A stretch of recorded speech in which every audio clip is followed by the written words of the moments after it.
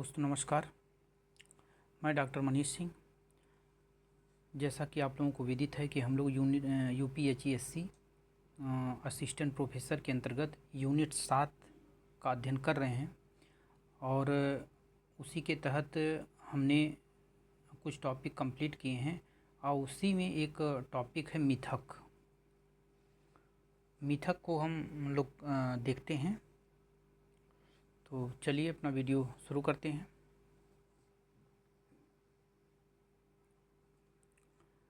मिथक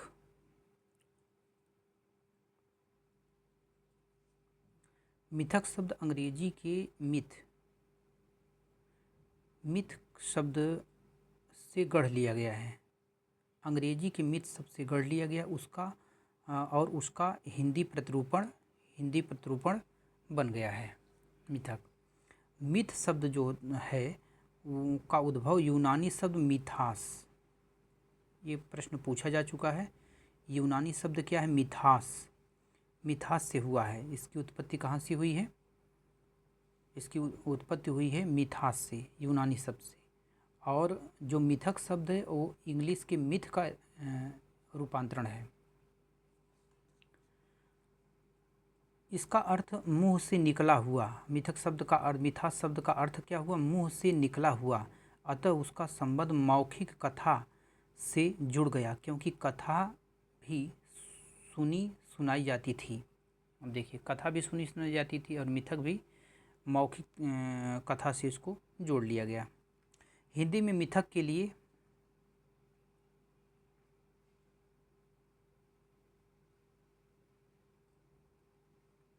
क्या क्या शब्द प्रयुक्त होते हैं इसको देखते हैं।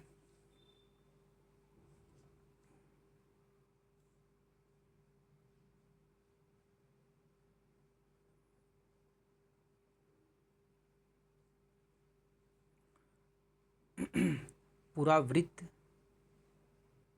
और पुराकथा, कल्पकथा, देवकथा, धर्मकथा, पुराण कथा, पुराख्यान आदि शब्द जो है प्रयुक्त होते रहे हैं। स्पष्ट है कि इनमें मिथ के पूरे अर्थ का संप्रेषण नहीं हो पाता। इन प्रतिशब्दों में या तो अव्याप्ति दोष है या अतिव्याप्ति दोष है। इसलिए हिंदी में भी मिथक शब्द का प्रयोग ही समीचीन है। आगे बढ़ते हैं। वस्तुतः मिथक का संबंध आदिम लोकमानस से है और अपनी सरलतम परिभाषा में मिथक एक कथा है। मिथक एक कथा है और जिसमें सृष्टि और उसके उपकरण के उद्भव, उसकी गतिक्रिया और उस पर नियंत्रण, उसके अबूझ व्यापार, मूलभूत मानवीय क्रियाओं और समस्याओं, प्रतिरूपों और तत्वों, जीवन मरण आदि विहंगम विषयों को लेकर आरंभकालीन धारणाएं, चिंताएं, विश्वास और तत्संबंधी कर्मकांड की अभिव्यक्ति मिलती है। परिभाषा यही है कि मिथक एक कथा के रूप में है, जिसमें क्या मिलती हैं? आरंभ काल की जो चिंताएं, विश्वास संबंधी जो कर्मकांड से संबंधित जो बातें हैं उसकी अभिव्यक्ति मिलती है। आगे बढ़ते हैं।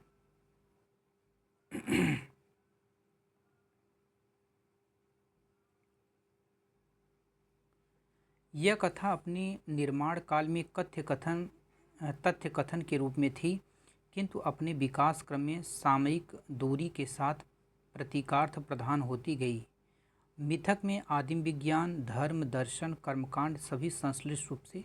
अब देखिए, ये यहाँ से प्रश्न बनता है कि मिथक में आदिम विज्ञान, जो प्राचीन विज्ञान है, धर्म है, दर्शन है, कर्मकांड संश्लिष्ट रूप से मिले जुले रूप में विद्यमान रहते हैं। संक्षेप में मिथक को आदिम मनुष्यों के मानसिक भौतिक जीवन का प्रतीकात्मक कथा संग्रह कह सकते हैं। क्या कह सकते हैं? आदिम मनुष्यों के मानसिक भौतिक जीवन का प्रतीकात्मक कथा संग्रह इनको कह सकते हैं। डॉक्टर नगेंद्र ने मिथक की परिभाषा को परिभाषित करते हुए लिखा है, सामान्य रूप से मिथक का अर्थ है ऐसी परंपरागत कथा जिसका संबंध अति प्राकृतिक घटनाओं और भावों से होता है। अति प्राकृतिक घटनाएं जो होती हैं उनके और भावों से होता है।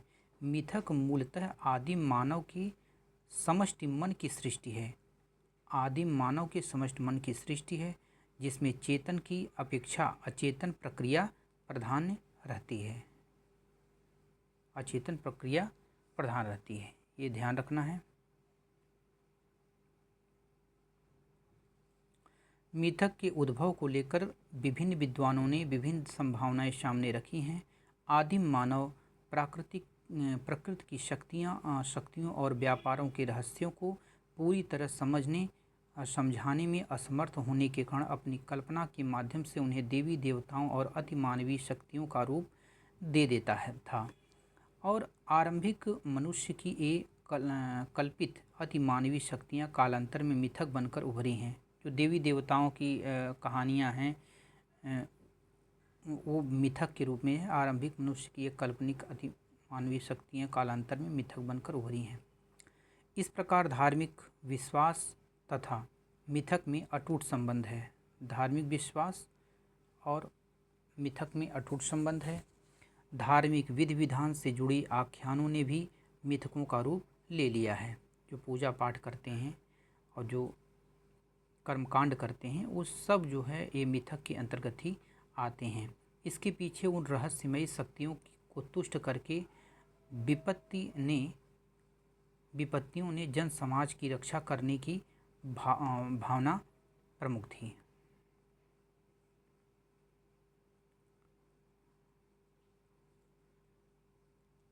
भारत के हिंदू समाज में विभिन्न व्रतों की कथाएं इसी तथ्य का परिचय मिल जाएगा। जैसे व्रत की कथा होती है, जैसे सत्यनारायण की कथा है, ये सब जो है एक मिथक हैं।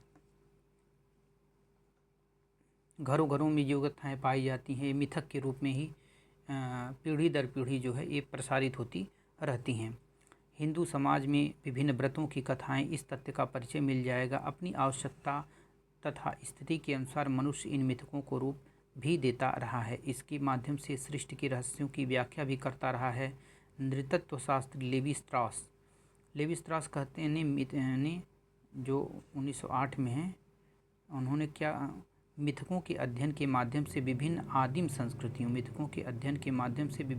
संस्कृतियों की संरचनाओं का अध्ययन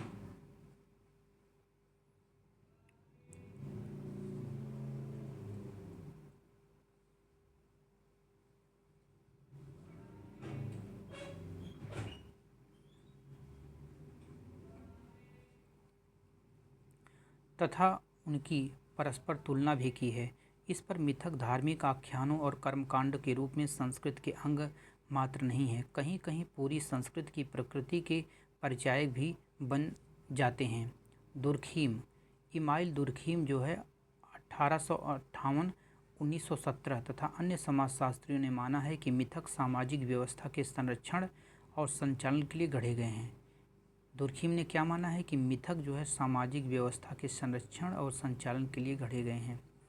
वे किसी मानव और समाज की सामूहिक अनुभूतियों से उपजते हैं और उसे एक इकाई में भी बांधते हैं। यह अपने आप में एक समाजशास्त्री तथ्य तो है ही, समाज और उसके विकास के अध्ययन में भी यह सहायक होता है। मिथक जो होते हैं समाज में नैतिकता के काफ़ी उपदेश भी देते हैं और विकास में ये काफ़ी सहायक लेवी स्ट्रॉस यही कहना चाहते हैं।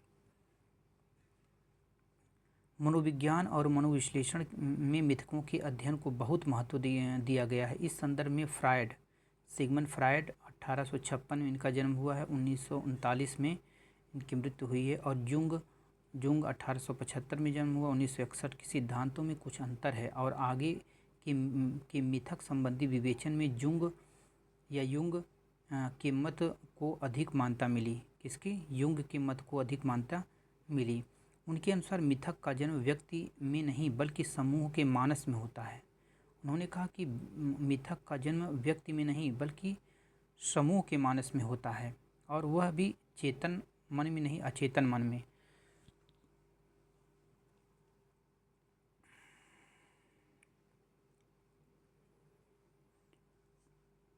किसी मानव समाज के सामूहिक मानस में परंपरा से प्राप्त अनुभव संवेदना में ढलकर बिंबों का रूप ले लेते हैं। उन्हें युंग ने आर्कटाइप आद्य बिंब नाम दिया।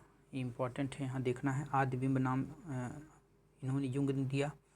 देवी देवता, प्राकृत और अति प्राकृत शक्तियाँ, स्वर्ग और नरक की अवधारणाएं और सृष्टि के रहस्यों से जुड़ी कल्पनाएं, जादू टोने आदि को लेकर अनेक आदिबिंब किसी भी समाज में, जैसे देवी देवता, अति अति प्राकृतिक जो शक्तियाँ होती हैं, जिसे कुछ प्रलय आ जाए कर दें, और इंद्र की जो शक्ति होती है, इंद्र का वज्र की शक्ति होती है, और स्वर्ग है, और नर्क की जो कल्पना है, ये अवधारणाएं जो है संकल्पनाएं, जैसे जादू टोना, ये सब करना आदि अनेक आदिबिंब किसी भी समाज के सामूहिक अवचेतन की गहराई में स्थित रहते हैं, और मिथकों में प्रसंगों और कथाओं के रूप में इन बिंबों का संयोजन होता है। मिथकों में ही इन्हीं कथाओं का जो है संयोजन करके उसे अवचेतन तक स्थिर किया जाता है। ठीक।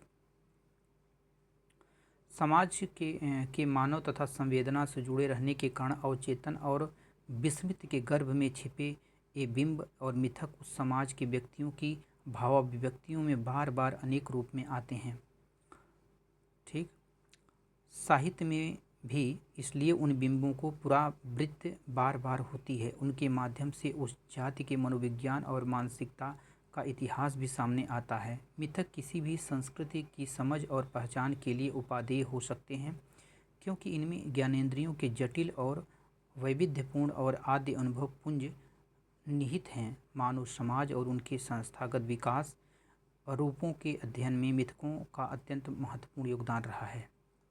भाषा विज्ञान के विकास में मिथकों का योगदान को अनदेखा नहीं किया जा सकता। रूप विज्ञान, अर्थ विज्ञान विभागों के अनेक समस्याओं के समाधान मिथकों में सहज ही मिल जाते हैं।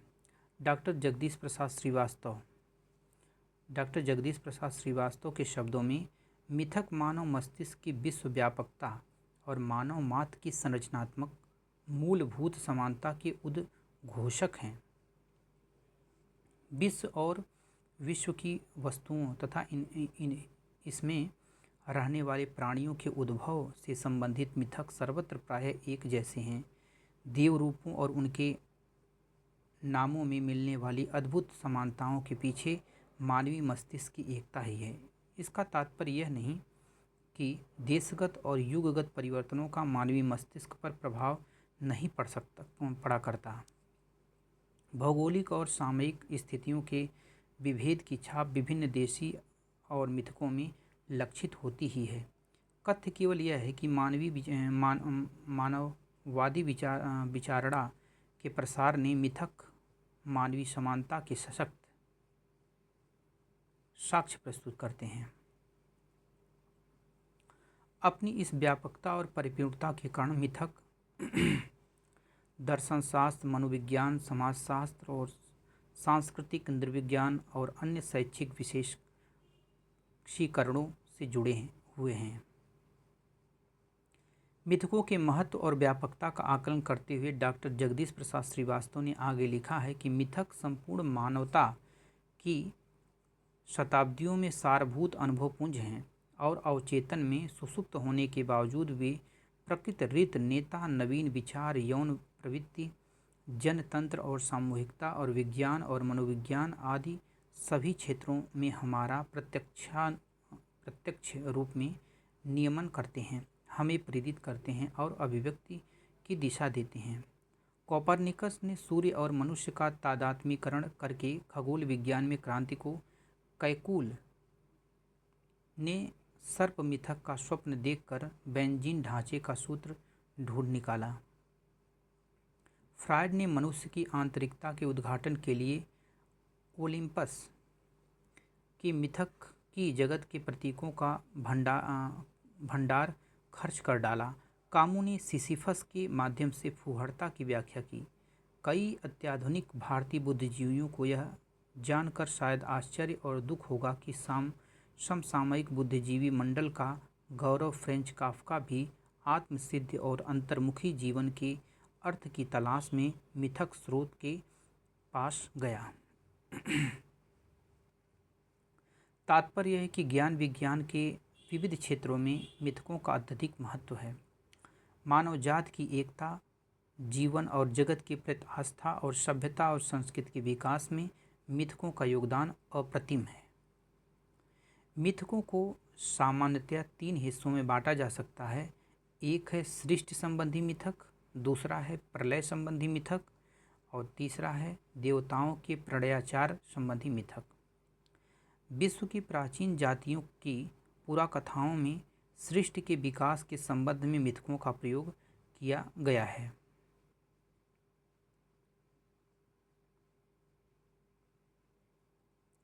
इनके अनुसार सृष्टि का उद्गम एक विशाल अंडाकार पदार्थ से हुआ है, जिसके फटने से देवजाति और अति प्राकृतिक प्राणी आकाश और पृथ्वी का जन्म हुआ है। भारतीय पुराणों में भी सृष्टि के विषय में इसी से मिलती जुलती कथा प्रचलित है। इस तरह महाप्रलय और उससे बचे मनु की कथा और उनकी नाव की आदिम कथा सभी जातियों के प्राचीन साहित्य में नीह या नूह और उनकी नाव की कथा के रूप में वर्णित है। यह कथा मिथक के रूप में विद्यमान है। मनु की कथा, नूह की कथा, ये सब जो है मिथक के रूप में विद्यमान है। ये समाज सापेक्ष होती है। समाज इसको जो है समूह में एक्सेप्ट कर लेता है। हर देश में चलती है। देवताओं के प्रणयाचार संबंधी मिथकों का संबंध प्रकृति के मूल और आदिम तत्वों के प्रणय व्यापार से है। भारतीय पुराणों में वर्णित देवताओं के प्रणय विवाह आदि से संबंधित मिथक इसके अंतर्गत आ सकते हैं। पुरुष प्रकृति, ब्रह्मा, माया और विष्णु, लक्ष्मी, शिव शक्ति आदि की युग्म संबंधी और उनसे विश्व की उत्पत्ति की कथा मिथकों के रूप में प्रचलित है। डॉक्टर नगेंद्र ने मिथकों के 2 वर्ग किए हैं। बहुत ही इम्पोर्टेंट, इसको ध्यान रखिएगा। एक प्राकृतिक मिथक और एक है जो है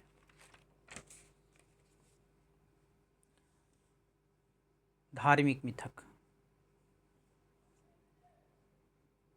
उन्होंने धार्मिक मिथकों को 2 हिस्से किए हैं। उपास्य देव के स्वरूप से संबंध मिथक और कर्मकांड संबंधी मिथक।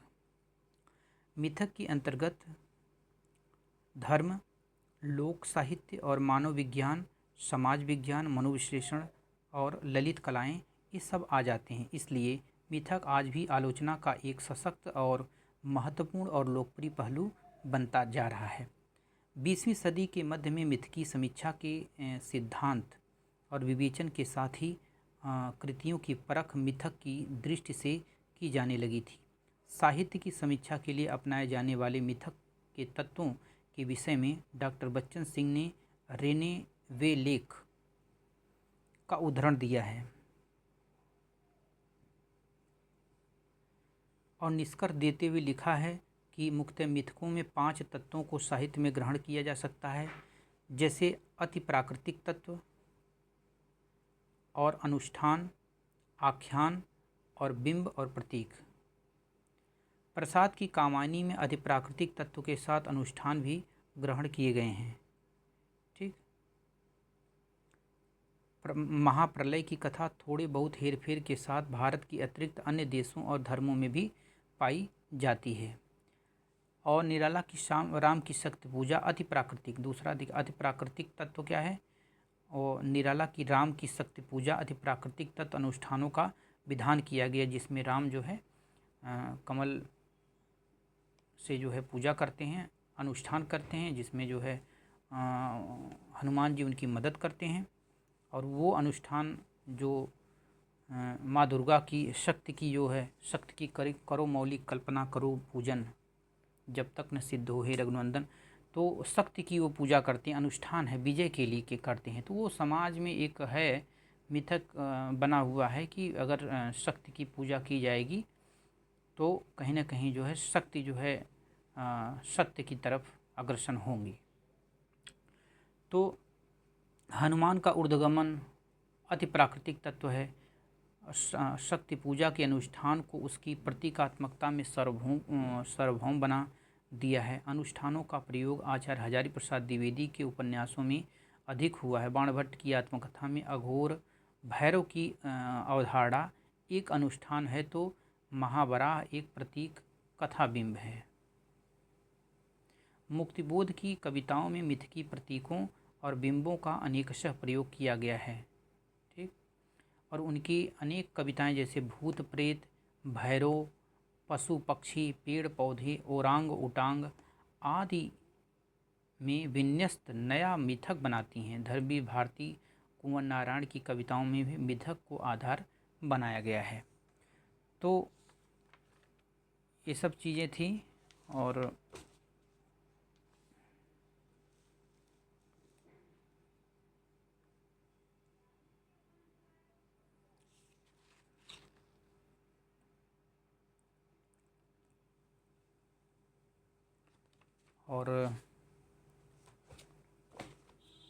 इसी के साथ हम लोगों ने जो है मिथक को कंप्लीट कर लिया। और मिथक संबंधी कुछ किताबें हैं जो देख लीजिएगा, आप लोग थोड़ा सा ध्यान रखिएगा। मिथक और यथार्थ, डी कौशाम्बी की किताब है। और एक किताब है मिथक और स्वप्न, बहुत इम्पोर्टेंट, यहाँ से प्रश्न बन सकता है, इस किताब को ध्यान में रखना है। मिथक और स्वप्न, तो ये किताब है जो है मिथक स्वप्न, रमेश कुंतल मेघ की किताब। और एक किताब है मिथक और आधुनिक कविता, डॉक्टर शंभुनाथ सिंह। तो मूल रूप से यही जानना है कि कोई पूछे मिथक क्या है, तो कह सकते हैं कि आदिम मनुष्यों के मानसिक भौतिक जीवन के प्रतीकात्मक कथा संग्रह ये जो है ये मिथक है, कह सकते हैं। ठीक। और ये तो आप लोग जानते उसमें बताया ही गया है कि यूनानी भाषा का शब्द है और मुंह से निकला हुआ, और मौखिक कथा इसका मूल अर्थ है, ध्यान रखना है। ठीक है, अगले वीडियो में मिलते हैं, तब तक के लिए नमस्कार।